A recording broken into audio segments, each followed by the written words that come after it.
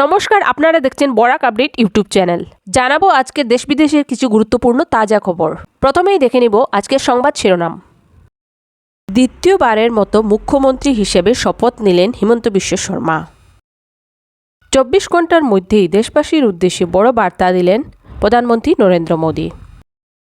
NEET পরীক্ষা বাতিল, রাজস্থানে প্রশ্ন ফাঁস কাণ্ডে সিবিআই তদন্তের নির্দেশ।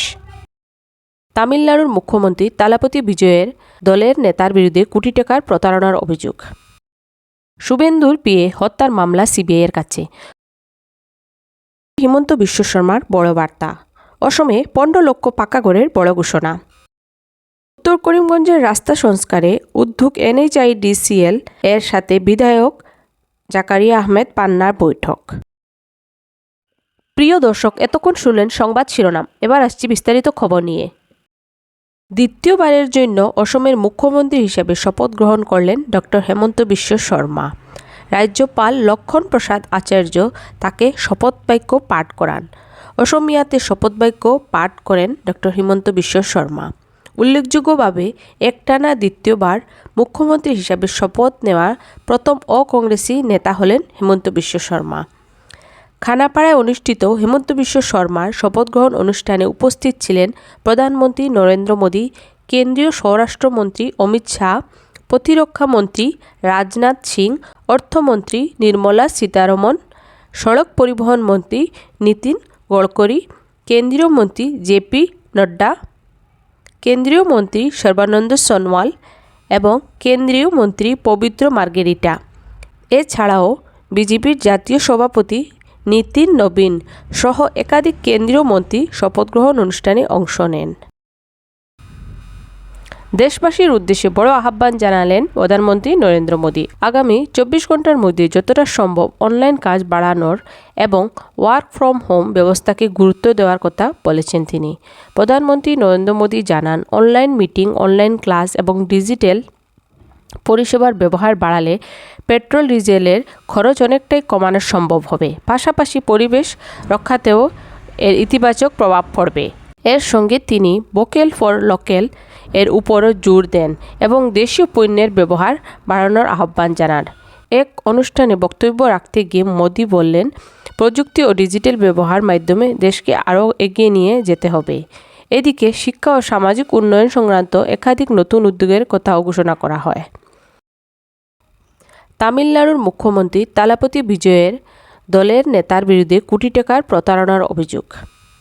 দক্ষিণ ভারতের জনপ্রিয় অভিনেতা ও রাজনীতিবিদ তালাপতি বিজয়ের রাজনৈতিক দল TVK এর এক গুরুত্বপূর্ণ নেতার বিরুদ্ধে উঠেছে বড়সড় প্রতারণার অভিযোগ। অভিযোগ অনুযায়ী প্রায় 25 কোটির বেশি টাকা বিনিয়োগের নামে সংগ্রহ করে বহু মানুষকে প্রতারণা করা হয়েছে বলে দাবি উঠেছে। সোমবার অভিযুক্ত ব্যক্তিকে গ্রেফতার করেছে পুলিশ। জানা গেছে, তিনি দলের কেন্দ্রীয় জেলা কার্যবাহী কমিটির সদস্য ছিলেন এবং তিরুভুল্লুর এলাকার বাসিন্দা। একাধিক বিনিয়োগকারীর অভিযোগের ভিত্তিতে পুলিশ তদন্ত শুরু করে। অভিযোগ রয়েছে, বেশি লাভের প্রলোভন দেখিয়ে সাধারণ মানুষের কাছ থেকে বড় অঙ্কের টাকা নেওয়া হয়েছিল। হিমন্ত বিশ্ব শর্মার বড় বার্তা। অসমে 15 লক্ষ পাকা ঘরের বড় ঘোষণা। শপথ গ্রহণের আগেই অসমবাসীর জন্য বড় ঘোষণা করলেন মুখ্যমন্ত্রী হেমন্ত বিশ্ব শর্মা। রাজ্যে নতুন করে 15 লক্ষ পাকা ঘরের নির্মাণের লক্ষ্যমাত্রা নেওয়া হয় বলে জানিয়েছেন তিনি। সরকারের এই উদ্যোগে মূলত গরিব ও সাধারণ মানুষের জন্য বলে জানান মুখ্যমন্ত্রী। তিনি বলেন, প্রত্যেক পরিবারের মাথার উপর একটি নিরাপদ ছায়া নিশ্চিত করাই সরকারের মূল লক্ষ্য। আগামী দিনে আবাসন প্রকল্পের মাধ্যমে হাজার হাজার পরিবার উপকৃত হবে বলেও আশা প্রকাশ করেন তিনি। এই ঘোষণার পর রাজ্য জুড়ে সাধারণ মানুষের মধ্যে খুশির পরিবেশ তৈরি হয়েছে। দেশ জুড়ে চাঞ্চল্য সৃষ্টি করে বাতিল করা হয়েছে নেট ইউজি 2026 পরীক্ষা। গত 3 মে অনুষ্ঠিত হওয়া এই মেডিকেল প্রবেশিকা পরীক্ষা প্রশ্ন ফাঁসের অভিযোগের পর বাতিলের সিদ্ধান্ত নেওয়া হয়েছে। ন্যাশনাল টেস্টিং এজেন্সি বা NTA জানিয়েছে, তদন্তকারী সংস্থার কাছ থেকে পাওয়া তথ্যের ভিত্তিতে বর্তমান পরীক্ষা প্রক্রিয়া চালিয়ে যাওয়া সম্ভব নয় বলে এই সিদ্ধান্ত নেওয়া হয়েছে। অভিযোগ উঠেছে, রাজস্থানে পরীক্ষার প্রশ্নপত্র ফাঁস হয়েছিল। এরপরেই বিষয়টি নিয়ে শুরু হয় তদন্ত এবং সিবিআই তদন্তের নির্দেশ দেওয়া হয়। NTA আরও জানিয়েছে খুব শীঘ্রই নতুন করে পরীক্ষার তারিখ ঘোষণা করা হবে, আবারও পরীক্ষা নেওয়া হবে। এই ঘটনায় উদ্বেগ পড়েছে লক্ষ লক্ষ পরীক্ষার্থী ও অভিভাবক। পশ্চিমবঙ্গের মুখ্যমন্ত্রী শুভেন্দু অধিকারীর আত্মসহায়ক পিএ চন্দ্রনাথ রথের খুনের তদন্তের ভার হাতে নিল সিবিআই।